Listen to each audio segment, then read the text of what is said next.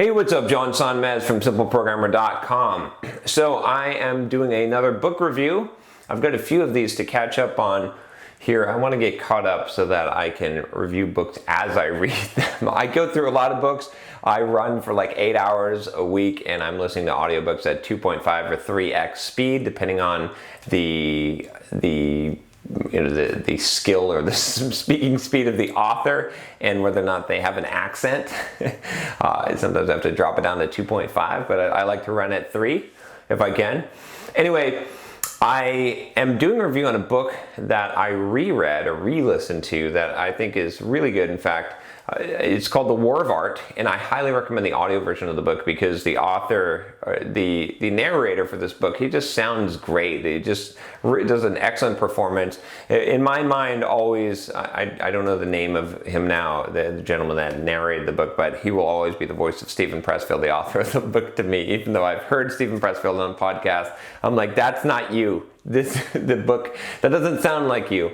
Anyway, really good book. This is and there's a reason why I'm doing this book now, or I'm doing this review, or listening to this book now, and re-listen to it, is because I'm going through this time. I'm not going to, rehash it. I just did a video about this, but where I just not feeling motivated again, and I've gone through this enough times to know that I just got to keep on going, keep my hand on the plow. This is a book that can help you do that. This is a book that literally changed my life, and I'll tell you how. I remember back when I was first listening to this book the very first time, and I've listened to this book probably 6 or 7 times, to be honest with you. I was running on a beach in Florida called Sanibel Island, and I can remember I learned an important lesson that day, which was that running for like 3 miles in swimming trunks without underwear on, not a good idea, right? That little, lots of chafing can happen. So I highly recommend not running in your swimwear. Not a good idea. But anyway, what I also learned, I remember being at this point in my life where I was doing the Pluralsight courses, and I had this goal of getting 36 Pluralsight courses done that year, and I was about halfway through. And I was just like, I had enough. I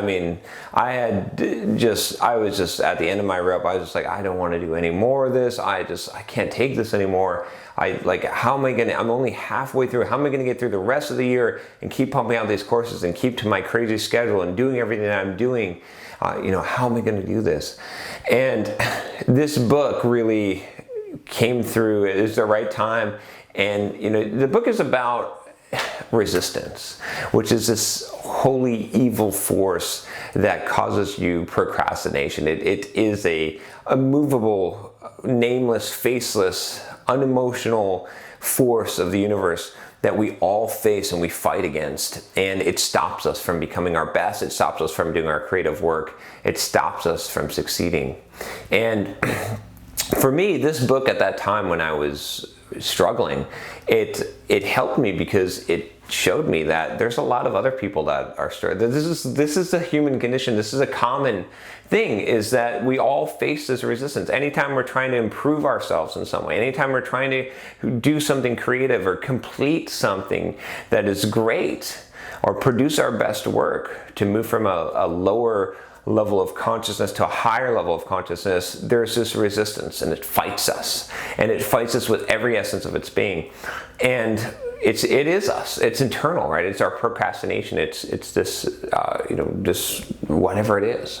But he describes it. He gives it a name. He gives it emotions. He gives it a description that we can all relate to in this book. And then he tells us how to conquer it. And he says that the only way to conquer this resistance is just to sit down and do the work. And that clicked for me, this idea between an amateur and a professional, and what a professional is. And a professional is someone who just shows up. They don't wait for inspiration to strike. They sit and they put their fingers to the keyboard and they type out their book, and they do it every single day. They show up no matter what, no matter how they feel, no matter what's going on, and they get it because they have to do it, right? And that's the difference. And when I started looking at things like that, it really changed things for me. I feel like that book helped me to get through that point, to realize that I just needed to put my hand on the plow. That I just needed to go forward and do it. And I completed those Pluralsight courses that year. In fact, I completed them early. I completed my book. I wrote, Soft Skills, a Software Developer's Life Manual, using that same, after about, getting 15 or 20 chapters into the book, I felt that resistance. I didn't want to write anymore. But I did it every day. I wrote a chapter of the book until I finished all 73 or 74 chapters, 500-page book, right? I got through it. And I owe a lot of that to The War of Art. And you can bet I was reading that book during those struggling times, because it's such a powerful book, and it's a poetic book. The author, Steven Pressfield, if you've read any of his other books, I'd highly recommend the book. Is called Gates of Fire. Gates of Fire, yes. It's a fiction book. It's about the Battle of Thermopylae, the 300 essentially, right? Really good book. But this nonfiction work that he's done called The War of Art, it's poetic. The way that he describes resistance, the way that he describes you'll relate to it, right? Everyone will, and in the solution to it. And I highly recommend it. I feel like if you're an entrepreneur of any kind, if you've ever been blocked, for any person really that's ever fought with themselves and lost the battle, this is your chance to win the battle. So I'm not going to belabor the point. It's a really good book. I highly recommend it. The War of Art by Steven Pressfield. You can bet I'll be reading this book many times again in the future, as I always need to be reminded of the lessons in this book. And I definitely enjoyed it, and I hope that you do too. If you like this video, if you'd like to get more of these book reviews, definitely check out the playlist that I have going as I'm adding more and more of these book reviews. You're going to get to listen about every single book that I read, and there'll be a lot of them. I read probably like 50 or 60 books a year.